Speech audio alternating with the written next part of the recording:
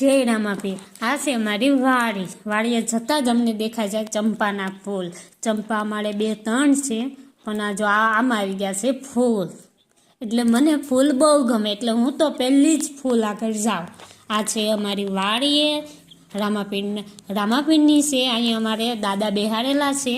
જે દાદા છે એ રામાપીરના બહુ મોટા ભગત છે, એટલે અહીંયા દર બીજ ઉજવીએ છીએ.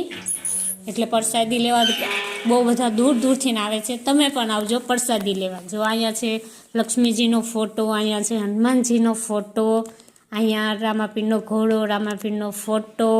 આ અમારા દાદા જે બહુ મોટા રામાપીરના ભગત હતા, જે ઘણા વર્ષો સુધી જે ફોટામાં દેખાય ને એટલા વર્ષો સુધી તેમને રામાપીરના મંડળમાં એ રામાપીર બન્યા છે. મંડળમાં રમતા હતા. હવે આપણે વાસી દેવીએ, નકર અંદર આવશે કૂતરા અંદર કંઈ રહેવાતી નથી દેતા. હાલો, હું તમને હવે બીજી અમારી વાડીનું બધું દેખાડું. ચાલો, જો છે ને બીજો ચંપો, અહીંયા જો તુલસીમાય છે. એટલે હું તો પહેલાં ચંપા આગળ ને પછી તુલસીમાં આગળ જાઉં.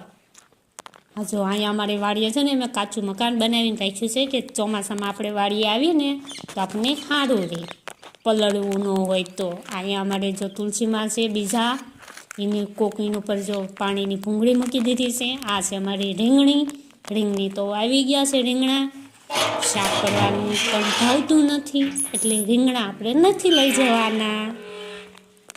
આખી જો કેટલા બધામાં અમારી રીંગણી છે.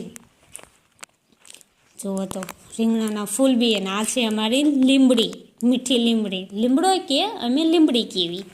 આ છે રિદ્ધિ સિદ્ધિ. આ છે ફુદીનો એટલો બધા છે ને, 2-3 રોપ છે, પણ એટલા ફુદીનાના પાન મસ્ત છે ને, એમ જ થાય કે ચટણી બનાવીને ખાઈ જાઓ. હવે હું તમને તોડીને દેખાડી દઉં, જોજો. એમાં તો કેટલા મોટા પાન છે ને, જો કેટલા મોટા પાન છે. તેમ જ થાય ફુદીનાની ચટણી જ બનાવું, શાક બનાવવાનું મન જ ન થાય.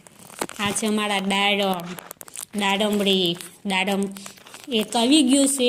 ફૂલ બહુ બધા બેઠા છે. જો તમે ફૂલ પણ દેખાય છે, કેટલા બધા ફૂલ આવી ગયા છે. બેન